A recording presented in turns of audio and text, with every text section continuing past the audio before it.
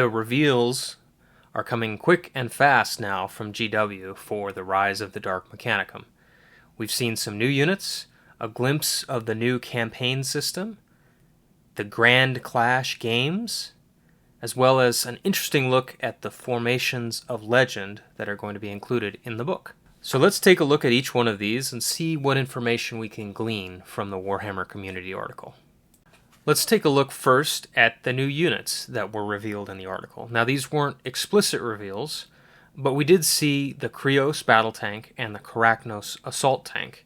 Now, it's no real surprise that these units are coming to Legions Imperialis, but it is interesting that they've shown them in the background of their promotional photos and not as an official reveal. But they're there nonetheless, so let's take a look at them. We can see the Krios off to the left there, surrounded by that red box that I put in. And that's armed with the lightning cannon.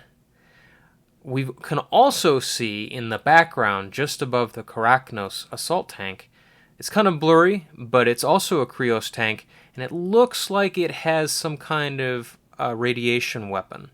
And I think this is probably the new variant that was introduced in the Age of Darkness Martian Civil War book. It's not shown here in the photo, but there's also the Pulsar Fusel variant for the Krios tank, and I'm sure that's coming as well. So I think each of these three weapons are going to have a particular purpose. The lightning cannon on the Krios, I think, is going to be our battle cannon equivalent for the Mechanicum. It's going to be a multi-purpose weapon, maybe not the best at any one particular thing, but a good jack of all trades. The IRAD cannon is going to be a template weapon, I'm sure, for clearing infantry out of buildings and cover. And then the Pulsar Fusel will be our tank killer for the Mechanicum. As far as the Karachnos goes, as I recall, it has indirect weapons as well as 2 lightning locks. So I'm guessing that this is going to be a close infantry support vehicle, and its indirect weapon is probably going to have some kind of ignores cover ability to allow it to support infantry on the advance. The real question for me is whether this is going to come in the Triaros box, or whether it's going to be on its own. Based on what we've seen so far from Legions Imperialis, I think it's a pretty safe bet that when you buy a box of Triaros armored conveyors, you're going to get the options to turn those into Karachnos assault tanks. The real meat of the article, though, was information about the Escalation campaign that's going to be included in the new book. And in overall structure, I've laid it out as best I understand it from reading the article, on the right side of the screen. So there's going to be a number of different campaign or mission cycles, each made up of 2 or 3 games, followed by a flashpoint. And once you've played a certain number of flashpoint games and mission cycles, you will play a Grand Clash mission to finish off the campaign. Now, as the name implies, this is an escalation campaign, so it's going to have an increasing points limit with each mission cycle, and this is intended to be a way to introduce new players, to build up a group's armies, and really just to get the game rolling for those maybe who've just started and haven't really had a chance to really dig into Legions Imperialis yet. So I think this is a great idea. I'm excited to see how they've organized it and all the details that they're going to include in the book. I think it sounds like they're really leaning into Legion Imperialis' strengths, and that is the big battles, the spectacle of the game on the table, and the narrative structure. And I think they're so far doing a great job of incorporating all of those elements into this campaign, and we're going to talk a little bit more about where I see that going in the future in a couple of slides. The flashpoints seem to be the main feature that they're adding to the campaign system in the Rise of the Dark Mechanicum book. The 2 that they've shown here are the river crossing and a depot raid, and both of these give a boon to the victorious side, which allows players to make use of a special rule or special ability later on in the campaign after the flashpoint has concluded. So this is a good way, I think, to encourage people to continue playing, to build engagement. And it seems like these missions are going to be similar to the Terminal Seizure mission in the Great Slaughter, and that is to say that they're going to be very narrative-focused. They're going to have special terrain, lots of special rules, and really make you feel like you're in the moment, fighting out that battle, and that it's really these major epic Horus Heresy moments I think that we're all looking for from Legions Imperialis. One thing I'm not sure about, though, is whether these are going to be team games or not, and we're going to talk more about team games in just a few minutes. These seem like a good opportunity for team games, but that might be putting too much pressure on a group to try to organize so many team games in one campaign. So I think maybe it's something that you could do if you wanted, but I'm guessing these are going to be games where the team nominates a champion to fight the Flashpoint, and they'll all have to abide by the results for the rest of the campaign. I think these are going to be great opportunities, whether they're team games or not, for some really creative modeling, pulling out some unique buildings, and just having a good time as a group. You know, having a couple players play, and then maybe the group comes and hangs out and spectates, does some modeling on the side. And I just think it'll be a real good addition for the social aspect of the game as well. So now we come to the real gem of this Warhammer Community article, and that's the Grand Clash. And this seems to be the very moment when the Dark Mechanicum breaches the defenses of Magma City. And if you look at the deployment map that I have on the screen now, you'll see that this is on a 10 by 6 foot table.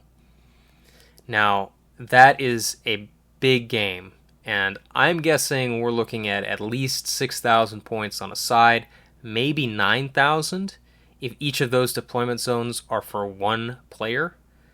It's going to be a lot of models on the table. Now, it's basically confirmed that this is a team game, right? It says the defenders in the rules. So that pretty solidly places this as, multiple people on one side are playing together. I'm interested to see what the mechanics are for this style of game. I really hope it's not going to be just each player alternates between each side, because that's going to take a long time, especially with this many points, this many models on the table.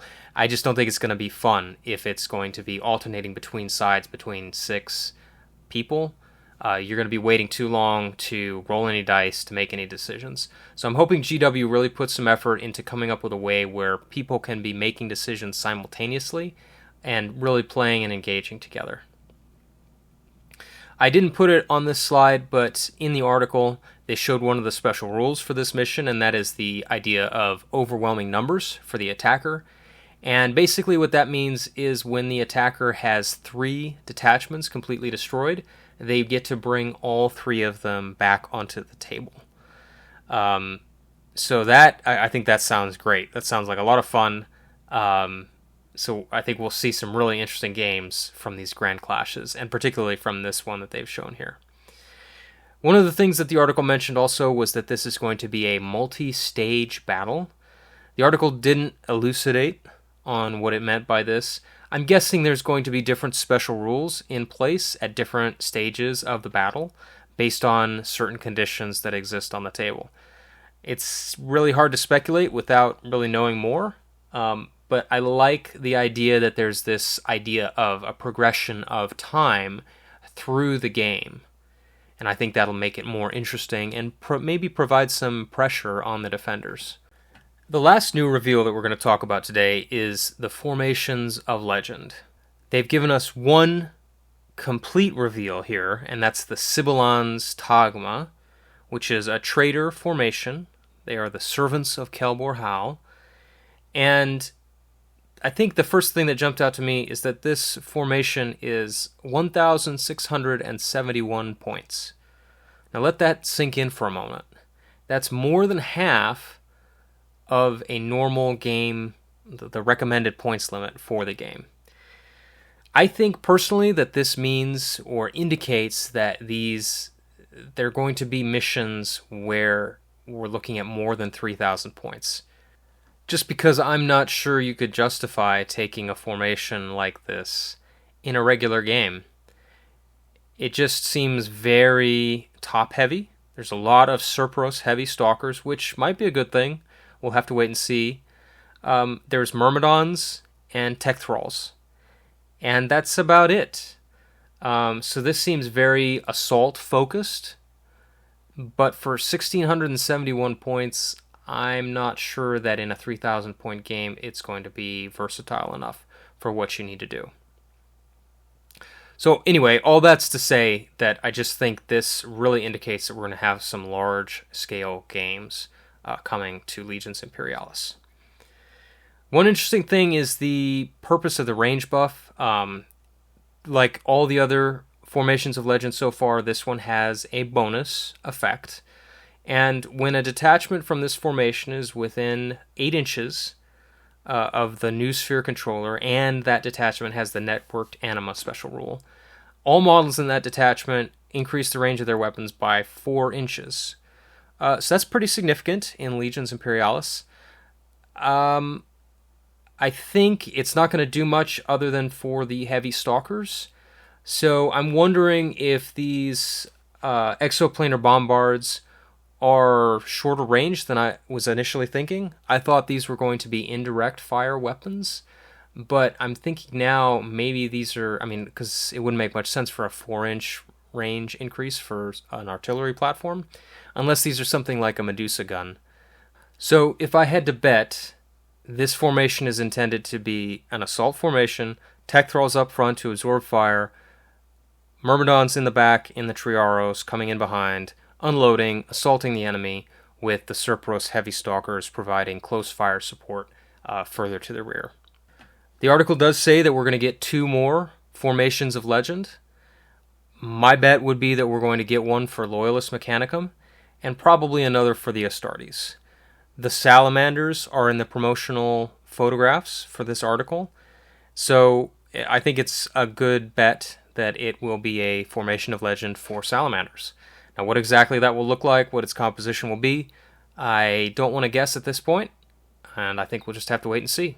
So I think this was another great article from Warhammer Community. I think we got a lot of good information, really kept the hype up for the new release. And for me, I think the most interesting thing and the most exciting thing was that I think this shows a lot about what their plans are for Legions Imperialis and what's coming in the future. And I don't think it takes a great deal of imagination to see that this siege of Magma City is really a dry run for the Siege of Terra and the siege of the Imperial Palace. I think all of the elements that are being put in place could easily be adapted to the famous elements from the siege of the Imperial Palace. The Lionsgate spaceport could be another grand clash. All of these things are just screaming for application to the Siege of Terra. And I think this is a dry run. I think we're going to see more stuff like this for the famous events of the Horus Heresy. And I want you to imagine combining this with some of the other campaign forms that we've seen in previous campaign books, especially the Hex Map campaign from the Great Slaughter. Can you imagine having that be the Imperial Palace? And then you could have fixed locations which count as flashpoints or as grand clashes. So you could have the Lionsgate spaceport on the map, forces maneuvering around, fighting these flashpoints at particular special locations, moving on towards these grand clashes. And I think that's what we're building towards. And I hope you agree. I hope that makes you excited. It should if you're playing Legions Imperialis and you're into the Horus Heresy. I think that's everything that you could ever want. So if you agree with my analysis, I hope you let me know in the comments below. And I'll see you in the next video.